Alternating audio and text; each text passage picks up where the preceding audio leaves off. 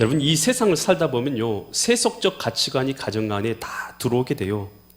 요즘에 보면요, 성적 자기 결정권을 줘야 된다라는 그런 의미 안에서 배우자에 대한 간통법이 폐지가 되고, 또 동성애 등이 확산되면서 가정의 정통적인 가정이 위협을 받고 있는 것이 오늘의 이 시대의 모습입니다. 가정이 그냥 있어도 세상에서 여러 가지 해야 될 일이 얼마나 많아요.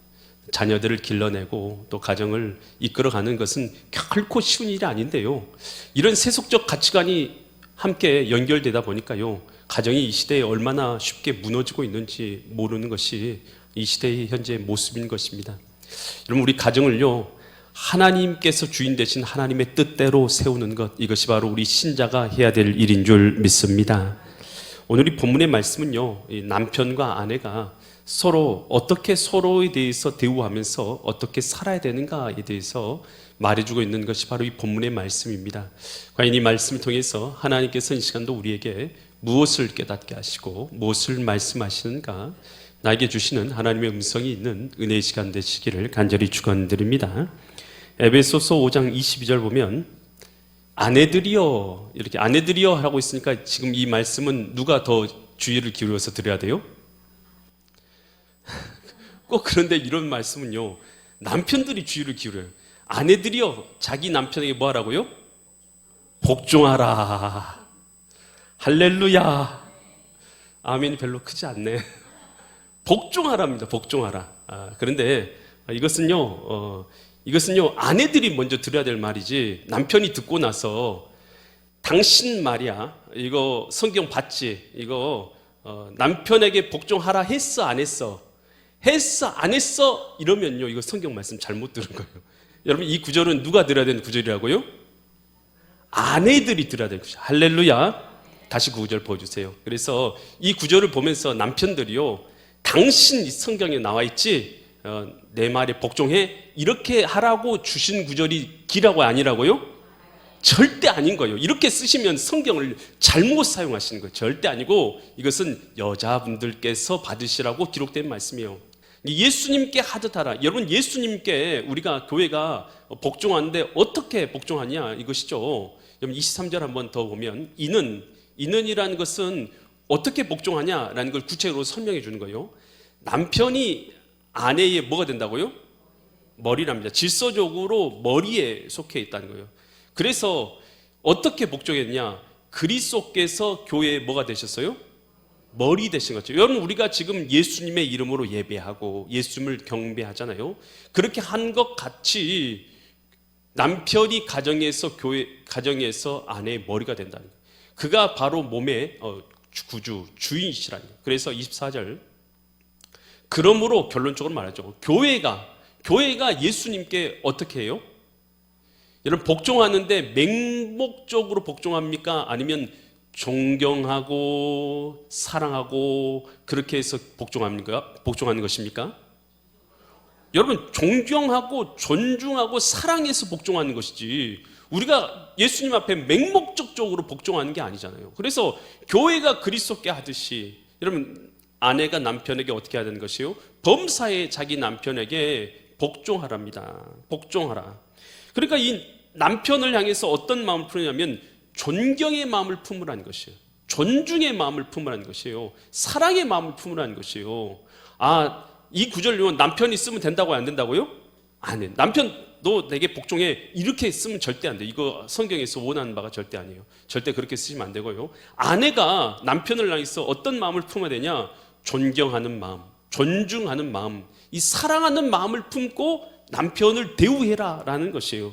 이것이 바로 하나님께서 교회 가운데 그리스도께서 머리 되시는 것과 같이, 우리가 예수님을 존경하잖아요. 또 존중하잖아요. 예수님을 사랑하잖아요. 여러분, 예수님 사랑하세요? 저만 사랑하는 건 아니죠. 여러분, 예수님을 사랑하고 존경하는 것처럼 오늘 우리가 남편을 존중하고 사랑해야 될 줄 믿습니다. 그럴 때에 가정 가운데 뭐가 세워지냐 하면, 가정에서도 하나님이 뭐가 주셨냐면 질서라는 걸 주셨어요. 그래서 가정 가운데 하나님이 질서가 세워지고, 교회 가운데도 예수 그리스도를 통해서 질서가 세워지듯 질서가 세워지게 되는 것이죠. 믿음의 여인인 사라가요, 어떻게 이 남편을 불렀는가? 베드로전서 3장 6절에서 이렇게 말하고 있어요. 사라가 아브라함을 누구라 불렀어요? 퀴리오스, 당신은 나의 주인이십니다. 퀴리오스라고 칭하여서 뭐 있어요? 순종한 것 같이, 순종한 것 같이. 사라는 이미 열국의 어머니란 이름을 갖고 있잖아요. 열국의 어머니, 믿음의 어머니, 믿음의 조상의 어머니라고 불려지는 그 여인이 계속해서 9절 보여주시겠어요? 순종했어요. 아브라함을 퀴리오스라고 부르면서 순종한 것 같이 너희는 뭘 행하라고요? 선한 일. 여인들에게 하는 말이에요. 착한 일을 행하고 바른 일을 행하고 아무 두려운 일에도 뭐 하지 말라고요? 이 말이 무슨 말이냐면 마음 가운데 하나님이 주신 마음, 그 마음 가운데서 안정과 평안을 지키라는 것이에요. 할렐루야. 여러분, 우리가요 하나님 나라를 먼저 어디다 이루어야 돼요? 내 마음에 이루어야 될 줄 믿습니다. 하나님 나라를요 저기 멀리 있는 다른 데다 이루는 것이 아니라 우리 신자들은요 하나님 나라를 내 먼저 마음 가운데 이루는 것이죠.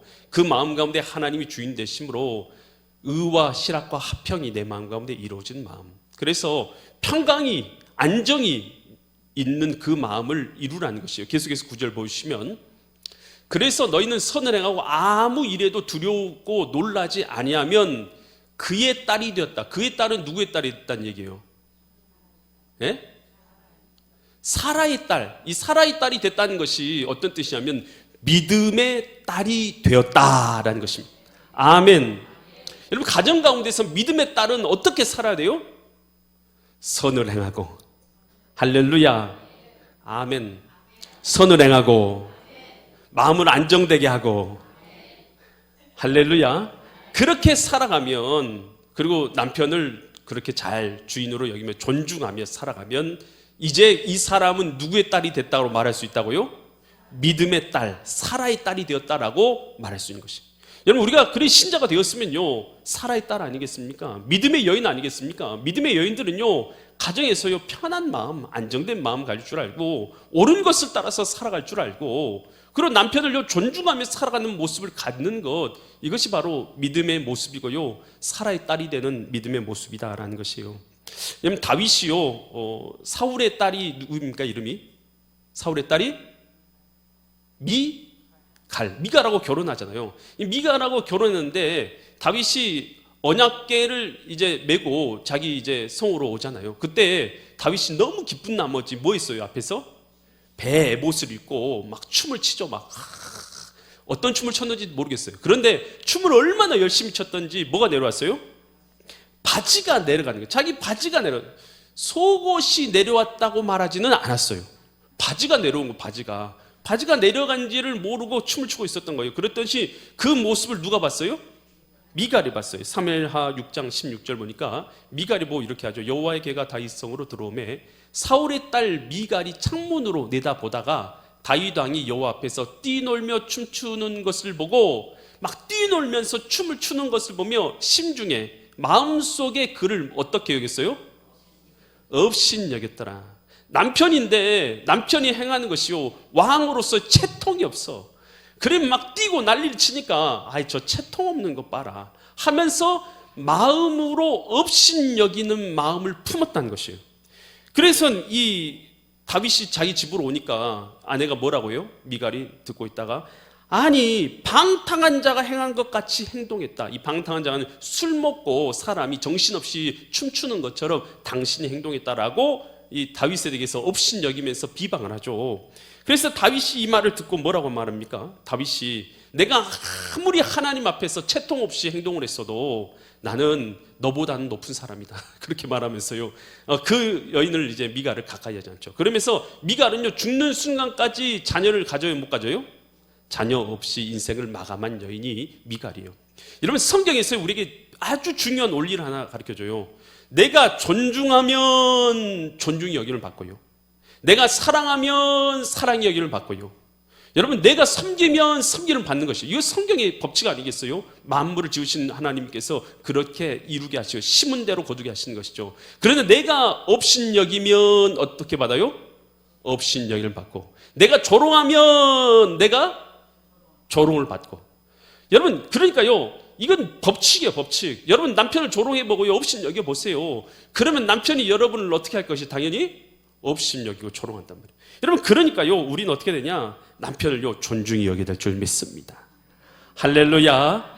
이 하나님 우리에게 명령하시는 거예요. 존중히 여기는 것이에요. 그래서 미국의 바이올리아 대학교에서 교수도 하셨고 트리니티 대학교에서 학장하고 원장도 하셨어요. 총장도 하셨어요. 존 카터 석자 교수가 있어요. 가정치료에 관련된 이 세계적인 권위자인데요. 3,000쌍, 35년 동안 3,000쌍을 분석했어요. 그러니까 이혼에 이르는 지름길 4가지를 발견했는데요. 뭘 있냐? 첫 번째, 비난하기. 서로가 네가 잘못했다, 너가 잘못했다, 비난하는 거. 두 번째, 변명하기. 나 이럴 수밖에 없었어, 변명하기. 세 번째, 경멸하기. 상대방에 대해서 경멸하는 마음을 갖고 경멸하는 거. 그 다음에는 뭐예요? 싸워봤자 너 같은 건 필요 없어, 대화 안 할 거야, 담쌓기. 여러분 이런 4가지를 하면 어떻게 되냐? 그러면 결국은 부부가요 이혼하게 된다는 것이에요. 결국 이거 하다가 결국은 부부관계가 됐던 이웃관계가 됐던 서로 깨지게 되더라라는 것이에요. 여러분 이런 것이요, 여러분 가정에서 우리가 하나님의 사람으로서 가정을 행복하게 만드는 방법이라는 것이요. 그러면 두 번째로 에베소서 5장 25절 보니까, 에베소 5장 25절 보니까 이번에는 누가 들어야 될 말이에요? 남편들아. 이게 남편들하고 있으니까 아내들이 들어야 되는 것이 아니라 누가 들어야 된다고요? 남편들이 들어야 하는 거예요. 아내 사랑하기를 그리스도께서 교회를 사랑하시고 그 교회를 위하여 자신을 뭐 했어요? 주심같이 하라. 여러분 예수님이 교회를 얼마나 사랑하셨어요? 십자가상에서 자기 몸을 생명을 내어주신 것 같이 사랑하셨죠. 생명을 내어주셔서 사랑했죠. 그러니까 온전히 자기를 다 희생해서 목숨을 내어주셔서 사랑한 게 예수님의 사랑이잖아요. 야, 그래 아내들이 이런 구절을 보면서 여보, 당신 나 사랑해? 진짜 사랑해? 하고 물어보고, 아니 교회에서는 예수님께서 나를 목숨을 다해서 사랑한 것처럼 사랑하라고 했는데 당신 나를 위해서 목숨을 다해서 사랑해? 그러면 생명보험 들어줘. 그렇게 하면 된다고요, 안 된다고요? 그렇게 하면 안 된다는 거예요. 이것은 누가 들어야 될 말이에요? 예, 남자들이라는. 남자들이 어떻게 되냐? 남편들은 아내를요 자기 생명처럼 사랑하라는 거예요. 생명처럼 사랑해서 예수님께서 십자가상에서 자기 몸을 내어주신 것처럼 자기 몸을 다 내어줘서 아내를 사랑하라는 것입니다. 아멘. 아멘. 오늘 왠지 남편분들이 별로 안 나오신 것 같아요. 예, 에베소 5장 28절로 29절 말씀 보면 이와 같이 남편들도 자기 아내 사랑하기를 자기 자신과 같이 하라. 자기 자신 사랑하잖아. 자기 아내를 사랑하는 자는 자기 자신을 사랑하는. 아내를 사랑하는 것이 곧 누구를 사랑하는 거예요? 자기 자신을 사랑하는 거예요. 29절, 누구든지 언제나 자기 육체를 미워하지 않고 오직 양육하여 보호하기를 그리스도께서 교회에게 함과 같이 하나니. 언제든지 자기 몸을 보호하는 것처럼 예수님께서 교회를 보호하고 계십니다. 예수님께서 교회를 사랑하십니다. 이와 같이 남편들은 아내를 보호해야 되는 것이에요. 아멘. 더 약한 그릇인 줄 알고. 여러분 남편이 강해요, 아내가 강해요? 육체적으로는요 남편하고 싸워서 이길 여자가 별로 없어요. 뭐 대단한 훈련을 갖춘 그런 여자가 아니고서는 웬만해서는 남편을 이길 여자가 없잖아요. 그럼 남편이요 자기가 힘세다고요 아내하고요 꼰투하면 되겠어요? 그럼 절대 안 되죠. 이길 수 있는 방식이 아니잖아요. 그것은 절대 안 되는 것이죠. 그래서 남편은 아내를 보호하는 것이고 사랑하는 것이라는 거예요. 할렐루야. 근데 이 사랑은요 우리가 추상적으로만 생각하는데 성경에서 사랑은 절대 추상적인 것이 아니라는 거예요. 실제적인 거예요. 실제적인 것. 어떻게 사랑하라고 하냐면 고린도전서 13장 4절로 7절 보면 사랑은 어떻게 하라고요? 사랑이라는 것은 다른 게 아니에요. 아내 앞에서 어떻게 된다고요? 내 마음에 안 들어도 오래 참는 거. 이게 사랑이에요. 오래 참는 것이 사랑이에요. 사랑은 또 뭐 하는 거라고요? 온유한 거, 마음이 평온하고 안정하고 온유한 거, 이런 것이 사랑인 것이지 막 분노하고 막 이런 것이 사랑이 아니라는 거예요. 또 뭐 하지 않고요? 막 시기하고 남편이 아내에 대해서 시기하고 그러면 절대 안 된다는 거예요. 시기하지 않고. 사랑은요 뽐내고 자랑하지 아니하는 것이요. 또 교만한 것도 아니에요. 내가 너보다 나아, 내가 너보다 뛰어나. 내가 너보다 더 많이 알아. 이렇게 하는 거 교만한 거 아니에요. 사랑은. 여러분 5절 또 무례히 행하지 않는다. 여러분 사랑한다고 하면서 예의 없이 사랑하는 경우도 있잖아요. 자기 욕심만 만족만 취하려고 하는 거. 여러분 예의가 없으면 사랑에 예의가 없으면요 그건 사랑은 폭력이 돼요. 여러분 그래서요 사랑은요 무례히 행하는 것이 무례하지 않아요. 예의를 지키는 거예요. 예의 없이 행하는 것은 사랑이 결코 아니다는 거예요. 또 자기의 유익만 구하는 거 아니에요. 그리고 성내고 화내라고요? 화내지 말라고요?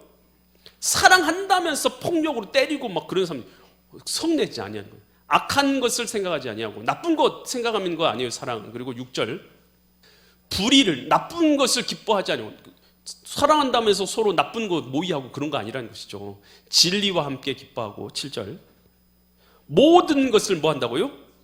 사랑은 참는 것이고 모든 것을 뭐 해줘요? 믿어주는 것이고 모든 것을 바라는 것 모든 것을 견는. 여러분 여기서 참 구체적이잖아요.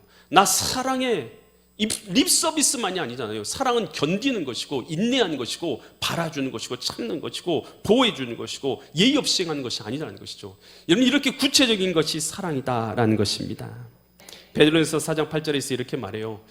무엇보다도 뜨겁게 서로 사랑하라. 사랑은 뭘 한다고요? 많은 죄를 덮느니라.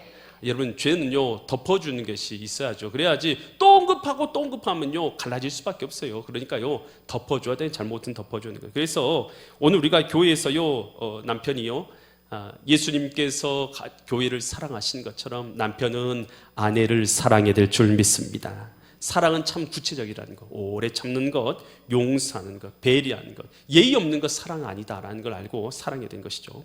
에베소 5장 31절에서 이렇게 말하는데 그러므로 사람이 부모를 떠난다는 게 무슨 말이에요? 부모를 떠난다라는 것은 이 육체적인 떠남을 말하는 것뿐만 아니라 뭐예요? 정신적으로, 정서적으로 또 영적으로 다 부모를 떠나는 거예요. 그래서 독립을 한다는 것이에요. 그래서 부모를 떠나요. 남편이 되었던 아내가 됐던 결혼을 하면 정서적으로나요. 그것은 이제 떠나서 가정을 이루는 거예요. 부모를 떠나서 그 아내와 뭐 하라고요? 합하라. 이 합하라는 단어는 프로스칼레오라는 단어를 썼어요. 이 프로스라는 단어는 함께라는 단어고요. 칼레오라는 단어는 붙이다라는 단어예요. 그래서 우리가 풀 같은 거나 본드 같은 걸로 이 종이 같은 거 붙일 수 있잖아요. 이렇게 종이 풀 붙여가지고 붙였어요. 그럼 이게 프로스칼레오가 된 거란 말이에요. 함께 붙였으니까. 여러분 그럼 이거 뛸 수 있어요? 없어요?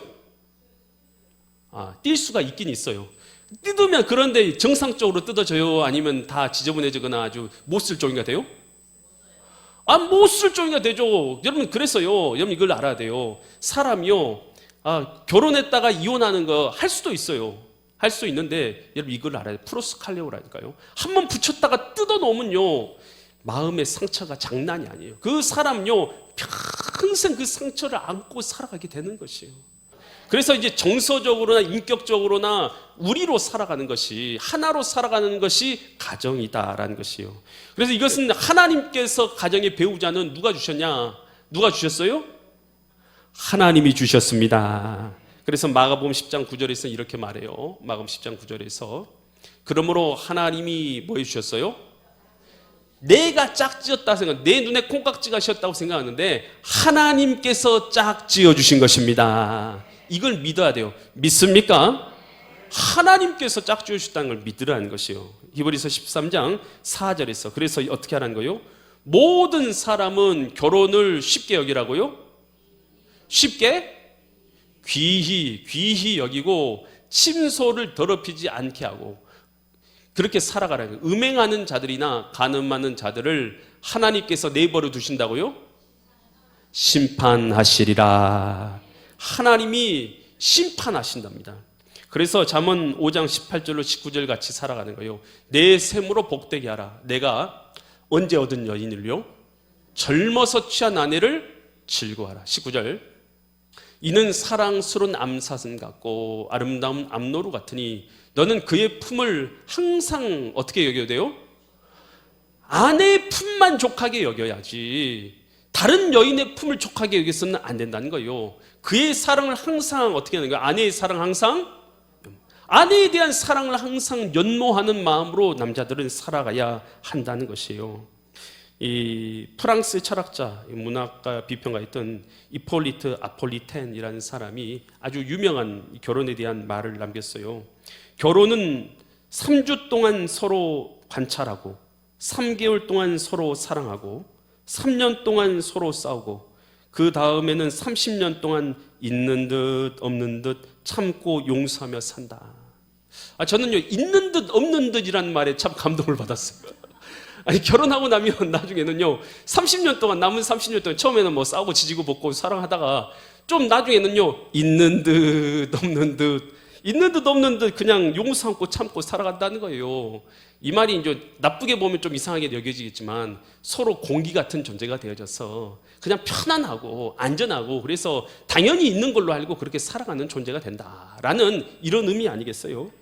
이 팀 켈러 목사님이 쓴 이 결혼을 말하다라는 이런 책이 있어요. 거기서 이 결혼은 어떤 것을 우리 크리스찬으로서 결혼은 무엇을 말해주냐에 대해서 말해주고 있어요.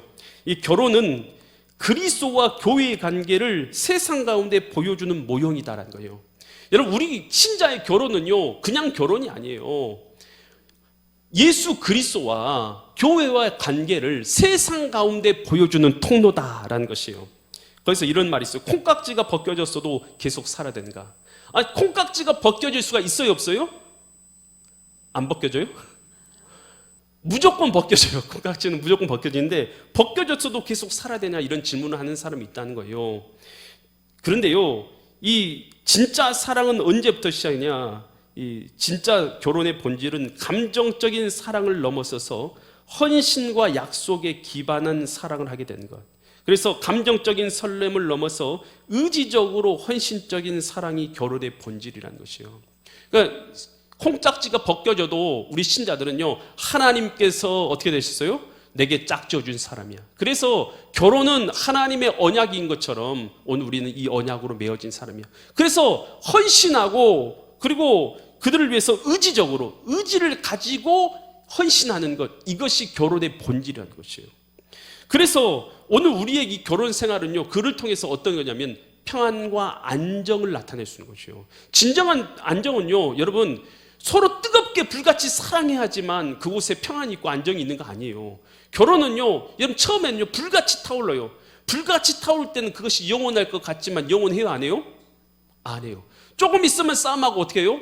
아주 냉랭해져요. 냉랭해지면 냉랭해진 게 영원할 것 같지만 영원해요, 안 해요? 냉랭한 것도 영원하지 않아요. 그럼 결국 어떻게 돼요? 조금 지나면 이 숯이 되는 것처럼 은근한 따뜻함이 은근하게 지속되는 평안과 안정의 관계가 쭉 유지되는 거, 이게 결혼이란 말이에요. 그러니요, 오늘 우리는요, 이 결혼 생활을 통해서 서로 간에 서로에 대해서 의지를 가지고 헌신함으로 말미암아서 안정된 가정을 만들어야 되는 것. 그를 통해서 세상 가운데 그리스도와 교회의 관계의 모습이 어떠한지를 나타내는 것. 여러분, 이것이 교회의 우리 가정의 목적인 줄 믿으시기 바랍니다. 잠언 17장 1절에서 이렇게 말해요. 마른 떡 한 조각만 있고도 뭐 하는 것이 나요? 화목하는 거예요. 이렇게 돈을 이렇게 많이 못 벌어, 이렇게 하지 말라고요. 하지 말고 제육이 가득한 집에 있는 것보다, 다투는 것보다 낫다는 거예요. 여러분, 우리 가정을요, 뭐가 목적이 되어야 되냐 하면, 여러분, 가정을 통해서 여러분, 내가 없는 거 다 채우고, 내 남편이 내가 없는 돈, 내가 없는 내가 필요한 거 다 채워주는 그런 존재로만 가정을 바라보고 결혼하면요, 행복에서 멀어진 거예요. 진짜 본질에서 멀어진 거예요. 가정은 하나님께서 주인 되시는 여러분, 화목의 하나님 나라의 공동체를 이루는 것, 이것이 가정의 목적인 줄 믿으시 바랍니다. 그래서 이 아내들은 남편을 뭐 하고요? 존경하고, 할렐루야. 남편들은 아내를 목숨같이 사랑하고, 할렐루야. 그리고 가정에서는 서로가 헌신하는 관계, 이름으로 말미암아 하나님의 원하시는 가정을 이루시는 믿음의 거룩한 성도님들 되시기를 예수 그리스도의 이름 받들어 간절히 축원드립니다.